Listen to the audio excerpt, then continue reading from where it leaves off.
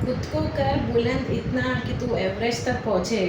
Everest पर पहुँचने के बाद भगवान भी तुझसे पूछे, अरे गधे अब नीचे उतरेगा कैसे। तो यही हाल है इंडियन एजुकेशन सिस्टम का। हम बड़ी बड़ी स्कूल में एडमिशन तो ले लेते हैं, लेकिन अपने बच्चे की कैपेसिटी क्या है, क्या वो ये पढ़ाई का एवरेज पार कर पाएगा कि नहीं, ये हम नहीं सोचते। तो आज का मेरा टॉपिक है इंडियन एजुकेशन सिस्टम, जो पेरेंट्स की सबसे बड़ी परेशानी है कि हम हमारे बच्चे को कौन से बोर्ड में एडमिशन दिलाएं, कौन से स्कूल सही है, कौन सा बोर्ड अच्छा है, CBSE, ICSE या स्टेट। मैं एक्चुअली 10 सालों से ट्यूशन दे रही हूँ। इन 10 सालों में मैंने state board, CBSE board, ICSE board, IB board, NIOS, पाँचों बोर्ड के सारे स्टूडेंट के ट्यूशन्स लिए हैं। तो हर एक बोर्ड का एक्सपीरियंस है, और आर्ट्स एंड कॉमर्स 12th तक में लिया है, तो कॉलेज का भी मुझे एक्सपीरियंस है। तो जानिए कि बोर्ड में किस किस टाइप के बोर्ड होते हैं और वो कैसे एजुकेशन सिस्टम होता है। So let's start. अगर मैं अपने एजुकेशन की बात करूँ तो I am commerce graduate from Somaiya college and math subject with specialisation. Then I did MCOM means master in commerce from Mumbai university and choose management subject. In management subject means economics, marketing, business study, like that. At present जो MBA में जो subject है वो उस time पे MCOM में वो subjects थे। Then I did PGDTM means post graduation diploma in tax management from Wellington college. Wellington institute से वो पार्ट टाइम MBA किया, बट उस टाइम पे कांग्रेस की सरकार थी और वहाँ तभी वैट टैक्स चलता था, मतलब कि वैल्यू एडेड टैक्स। उस टाइम पे GST नहीं था, तो डायरेक्ट इनडायरेक्ट टैक्स में मैंने पार्ट टाइम MBA किया। Then I have started my career. मुझे कॉर्पोरेट एरिया का भी बहुत एक्सपीरियंस है। मैंने बैंक में भी जॉब किए हैं, जैसे कि देना बैंक, BOB और पंजाब नेशनल बैंक में मैंने काम किया है। उसके बाद मैंने एज अकाउंटेंट ज्वाइन किया था, तो अकाउंटेंट का भी नॉलेज है मुझे। Then I did for marketing and HR means human resource management, and marketing मतलब कि ग्लोबल लेवल पे मैंने मार्केटिंग में भी काम किया है। तो सारा कॉर्पोरेट एरिया का सब कुछ नॉलेज है मुझे, ऑफिस का भी नॉलेज है। बट लेकिन ये सब शादी से पहले। शादी के बाद जब मेरी शादी हुई थाने में, तो जो घर है वो थोड़ा स्टेशन से बहुत दूर है, और मेरी जो ऑफिस थी वो फोर्ट मतलब कि BT, जहाँ बॉम्बे स्टॉक एक्सचेंज है, वहाँ पे थी।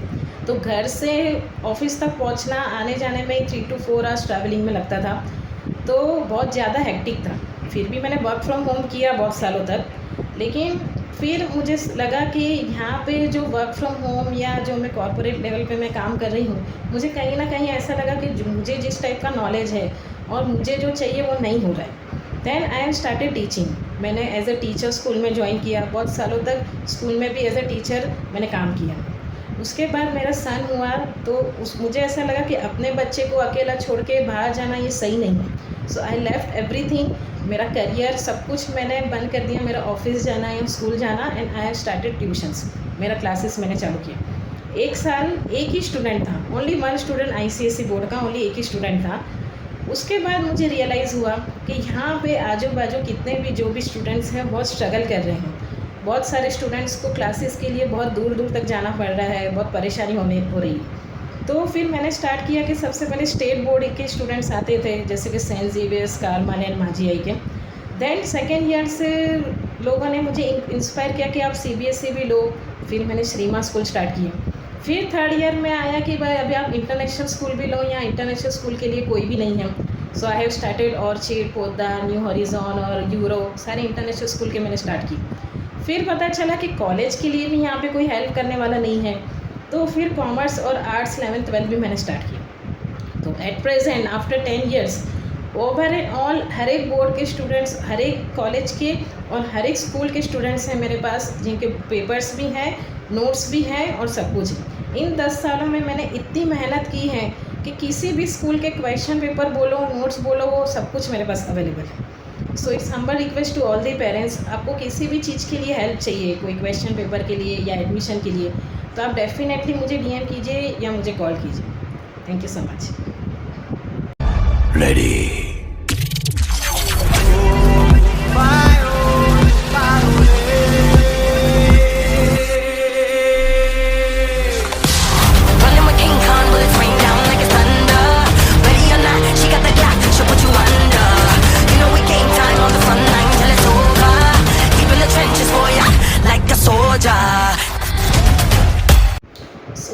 बोर्ड की बात करें तो वो है स्टेट बोर्ड। स्टेट बोर्ड मतलब कि महाराष्ट्र बोर्ड। महाराष्ट्र बोर्ड मतलब कि हर एक स्टेट का अपना अपना बोर्ड होता है जो लोकल स्टेट बोर्ड कहा जाता है।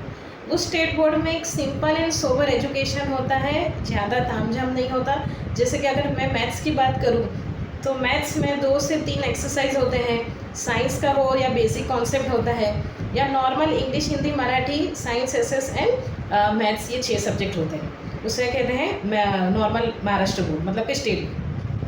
अभी सेकेंड आता है सीबीएसई। सीबीएसई का फुल फॉर्म है central board of secondary education. Central board means Delhi, मतलब कि वहाँ उनकी जो बुक्स हैं वो दिल्ली से प्रिंट होके आती हैं, तो इसीलिए वो सीबीएसई कहा जाता है। लेकिन सीबीएसई में भी 2 टाइप हैं। सीबीएसई में एक थोड़े जो स्कूल है जो एनसीईआरटी फॉलो करते हैं, और जो दूसरे इंटरनेशनल स्कूल हैं वो अपने ओन बुक्स पब्लिश करते हैं। अगर मैं सीबीएसई की बात करूँ, मैं थाने में रहती हूँ, थाने में ट्यूशन्स लेती हूँ, तो अगर मैं थाने की सीबीएसई स्कूल की बात करूँ तो थाने में श्रीमा विद्यालय, केंद्रीय विद्यालय और एसवीपीटी मतलब कि सरस्वती विद्यालय, ये स्कूल सीबीएसई है और एनसीईआरटी फॉलो करती है। अभी एनसीईआरटी का फुल फॉर्म है कि national council of educational research and training, मतलब कि एनसीईआरटी। अभी एनसीईआरटी का मतलब होता है कि उनकी गवर्नमेंट की जो बुक्स हैं वो पब्लिश होती हैं, और जो दिल्ली बोर्ड होते हैं तो दिल्ली से वो बुक पब्लिश होके आती है। तो एनसीईआरटी अगर फॉलो करते हैं तो एनसीईआरटी में इजीली हमें डाइजेस्ट मिल जाती है। डाइजेस्ट में अगर बोलूँ तो मैं गोल्डन कंपनी, अरिहंत और फुल मार्क्स कंपनी, ये 3 कंपनी की डाइजेस्ट हमें मिलती हैं, तो जिससे हम जो भी क्वेश्चन आंसर हैं उसको अवेलेबल है, और मैथ्स का भी सॉल्यूशन अवेलेबल है, जिसे हम इजीली हमारे जैसे जो ट्यूटर है वो एक्सप्लेन कर सकते हैं। अभी हर एक स्टूडेंट को आजकल ट्यूशन या क्लासेस की ज़रूरत होती है। क्यों? क्योंकि स्कूल में उस लेवल का अपना एजुकेशन नहीं मिलता। हम एडमिशन तो ले लेते हैं, लेकिन आखिर ट्यूशन से ही, ट्यूटर से ही उन्हें सपोर्ट मिलता है स्टूडेंट्स को। तो हमारे जैसे लोग अगर कि कुछ सिखाना हो तो आंसर अवेलेबल हो तो हमारे लिए भी इजी हो जाता है। श्रीमा स्कूल की बात करूँ अगर, तो श्रीमा स्कूल एनसीईआरटी तो फॉलो करती है, लेकिन उनकी एक स्पेशलिटी है कि उनके जो नोट्स हैं वो भी प्रिंट आउट होके आते हैं। तो श्रीमा स्कूल के स्टूडेंट्स को एक एक चैप्टर के लिए 3 अलग अलग वे में जाना पड़ता है। अभी सबसे पहले वो एक ब्लू फाइल मेंटेन करते हैं। ब्लू फाइल में जो उनके नोट्स आते हैं वो नोट्स उसमें यहाँ पे लिखते हैं और इसे फाइलिंग करते हैं। फिर सेकेंड आती है एनसीईआरटी की टेक्स्ट बुक, जो गवर्नमेंट बुक है वो टेक्स्ट बुक है वो प्रीफर करते हैं। एंड देन थर्ड आता है कि एनसीईआरटी की डाइजेस्ट, तो डाइजेस्ट में ऑब्जेक्टिव के आंसर या मैथ्स का सॉल्यूशन मिल जाता है। तो श्रीमा स्कूल के बच्चों को इन 3 चीज़ पढ़नी पड़ती है, मतलब notes, text book and digest. वो बहुत ही अच्छी तरह से मैनेज भी करते हैं और बहुत हार्ड वर्क भी करते हैं। अभी रिमेनिंग जो स्कूल है जैसे कि एसवीपीटी या केंद्रीय विद्यालय, वो ओनली एनसीईआरटी फॉलो करते हैं, मतलब कि सीधी गवर्नमेंट की जो बुक्स आती है वो और डाइजेस्ट फॉलो करते हैं, उनके अपने नोट्स नहीं होते। अब बात आती है इंटरनेशनल स्कूल की। जिस स्कूल में इंटरनेशनल नाम ऐड हुआ जाता है, जैसे कि orchid international school, Poddar international school या न्यू हॉरिजॉन स्कूल बोलिए, तो ये सारी स्कूल सीबीएसई फॉलो करती है, लेकिन एनसीईआरटी फॉलो नहीं करती। उनके जो टेक्स्ट बुक है वो गवर्नमेंट से नहीं आते, उनकी अपनी पब्लिकेशन होती है। जैसे कि ऑर्चिड स्कूल का रूल है कि टोटल 4 वॉल्यूम्स होते हैं, वॉल्यूम 1, 2, 3 एंड 4। तो एक एक वॉल्यूम में 10 तो टेक्स्ट बुक होती है, तो 4 वॉल्यूम के टोटल 30 to 40 टेक्स्ट बुक होती है ऑर्चिड स्कूल में। और उन स्कूल में जो इंटरनेशनल स्कूल हैं उनके अपने ही राइटर्स होते हैं, अपना ही पब्लिकेशन होता है, और हर एक इंटरनेशनल स्कूल के अपने पब्लिकेशन से उनकी डाइजेस्ट नहीं होती है, ओनली टेक्स्ट बुक होती है। अभी टेक्स्ट बुक से अगर बच्चा 8 दिन समझो स्कूल नहीं जा पाया या समझो कि टीचर ही नहीं आई हो, तो वहाँ पे मिसकम्युनिकेशन होने का चांस बहुत है। क्यों? क्योंकि हमारे पास टेक्स्ट बुक है लेकिन आंसर अवेलेबल नहीं है, और जब आंसर ही नहीं है तो हमारे जैसा जो ट्यूटर है या क्लासेस वाले हैं तो उन्हें भी दिक्कत होती है। अभी हर एक सब्जेक्ट के हर एक एक्सरसाइज तो सॉल्व नहीं करने बैठेंगे, इतना टाइम तो किसी के पास नहीं रहता, और जब आंसर ही ना हो तो फिर स्टूडेंट को हम एक्सप्लेन कैसे करें। तो मोस्टली इंटरनेशनल स्कूल में जाने वाले स्टूडेंट को बहुत ही दिक्कत आती है। अब थर्ड लेवल पे आता है ICSE. ICSE means Indian certificate secondary education. अभी आईसीएसई और सीबीएसई में क्या फ़र्क है? अभी थाने की बात करूँ तो यूरो स्कूल और HFS मतलब कि हीरानंदानी फाउंडेशन स्कूल, ये लोग ICSE बोर्ड फॉलो करते हैं। ICSE में 3 साइंस होते हैं, मतलब कि फिजिक्स, केमिस्ट्री, बायो। होता वही है जो CBSE वाले और स्टेट बोर्ड वाले पढ़ते हैं, लेकिन ICSE में उसको वास्ट एक्सप्लेनेशन किया जाता है, मतलब कि एकदम बहुत ही ज़्यादा चैप्टर्स और ज़्यादा उसमें एक्सरसाइज रहती है। तो टोटल 3 साइंस होता है। सिमिलरली इंग्लिश लैंग्वेज में, इंग्लिश के अगर पेपर देखो तो ओनली इंग्लिश लैंग्वेज के लिए ग्रामर के लिए एक अलग बुक है, उसकी अलग एग्ज़ाम होगी। लिटरेचर अलग है, उसकी अलग एग्ज़ाम होगी, और राइटिंग स्किल की अलग एग्ज़ाम होगी। तो ICSE इतना वास्ट है कि ऑलमोस्ट 10 to 15 डेज़ उनकी एग्ज़ाम चलती है, और उनका जो करिकुलम है वो स्प्लिट किया हुआ है, मतलब कि बहुत वास्ट है। अगर मैथ्स का अगर मैं बोलूँ तो 2 या 3 एक्सरसाइज अगर CBSE फॉलो करते हैं तो ये लोग 7 से 8 एक्सरसाइज देते हैं मैथ्स की। तो यही फ़र्क है CBSE और ICSE में। कॉन्सेप्ट सेम है, चैप्टर सेम है, सब कुछ सेम है, लेकिन फ़र्क इतना ही है कि CBSE में थोड़ा कम है और ICSE में थोड़ा सा ज़्यादा है। लेकिन पेपर पैटर्न देखो तो ICSE का पेपर पैटर्न इजी है एज़ कम्पेयर टू CBSE। अभी 4th नंबर पे आता है IB बोर्ड, मतलब कि कैम्ब्रिज बोर्ड। IB मतलब कि इंटरनेशनल बोर्ड, कैम्ब्रिज बोर्ड मतलब कि वो एकदम ही हायर लेवल की स्टडी होती है उसमें, और मोस्टली वो लंदन से, मतलब कि कैम्ब्रिज बोर्ड से आती है पब्लिश होके। तो इंडिया का एजुकेशन कम और आउट ऑफ इंडिया का ज्योग्राफी या आउट ऑफ इंडिया की हिस्ट्री या आउट ऑफ इंडिया का ज़्यादा होता है।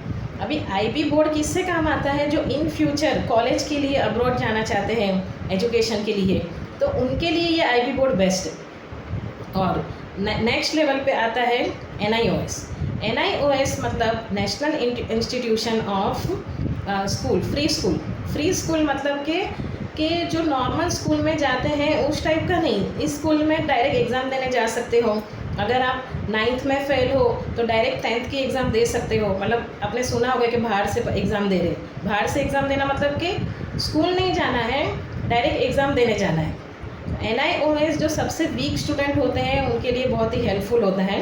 प्लस उसमें ड्राइंग, पेंटिंग, आर्ट्स, फिर ये बिजनेस स्टडी या म्यूज़िक का बहुत सारे आर्टिस्ट लोगों के लिए भी ऑप्शन है। तो जो लोग को म्यूज़िक में इंटरेस्ट है, या किसी को पेंटिंग में इंटरेस्ट है, किसी को क्रिकेट में, स्पोर्ट्स में इंटरेस्ट है, तो जो लोग ये आर्टिस्ट लोग हैं या स्पोर्ट्समैन लोग हैं वो NIOS लेके आगे बढ़ सकते हैं। सो टोटल कौन से बोर्ड हैं? फर्स्ट है state board, simple and sober. Second है CBSE मतलब कि दिल्ली बोर्ड, उसमें है NCERT एंड इंटरनेशनल स्कूल। फिर थर्ड आता है ICSE मतलब कि जो वास्ट है, जिसमें 3 साइंस और 3 इंग्लिश है। फिर आता है IB बोर्ड, कैम्ब्रिज बोर्ड मतलब कि जहाँ पे आउट ऑफ इंडिया का सिखाया जाता है। और 5th नंबर में आता है NIOS मतलब कि फ्रीलांसिंग स्कूल, जो वीक स्टूडेंट के लिए है, या तो फिर आर्टिस्ट और स्पोर्ट्समैन के लिए। तो मेरा कहना है कि आप अपने बच्चों को किसी कंपैरिजन में या ऐसे करके स्कूल में न डालें कि भाई मेरा भाई का लड़का इंटरनेशनल स्कूल में जा रहा है तो फिर मैं भी अपने बच्चे को इंटरनेशनल स्कूल में ही भेजूँ, मेरी बाजू वाली यहाँ जा रही है तो मैं भी अपने बच्चे, मतलब कि कंपैरिजन करके अपने बच्चे को बर्डन डाल के किसी स्कूल में एडमिशन ना कराएं। It's humble request to all the parents. बस ये ध्यान रखिए कि अगर आपके जो बच्चा है उसको पढ़ाई में इंटरेस्ट ही नहीं है बिल्कुल भी, तो फिर उसे नॉर्मल स्टेट बोर्ड में डालिए जहाँ पे नॉर्मल इजी स्टडी है। अगर आपके बच्चे को स्टडी में इंटरेस्ट है, वो एवरेज है, तो फिर उसे NCERT वाली स्कूल में डालिए।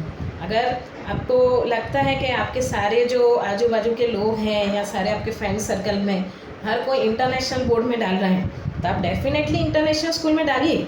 लेकिन अपने बच्चे की कैपेसिटी देखिए, क्या उसे इंटरेस्ट है पढ़ाई में, क्या वो ये सारा कैचअप कर पाएगा।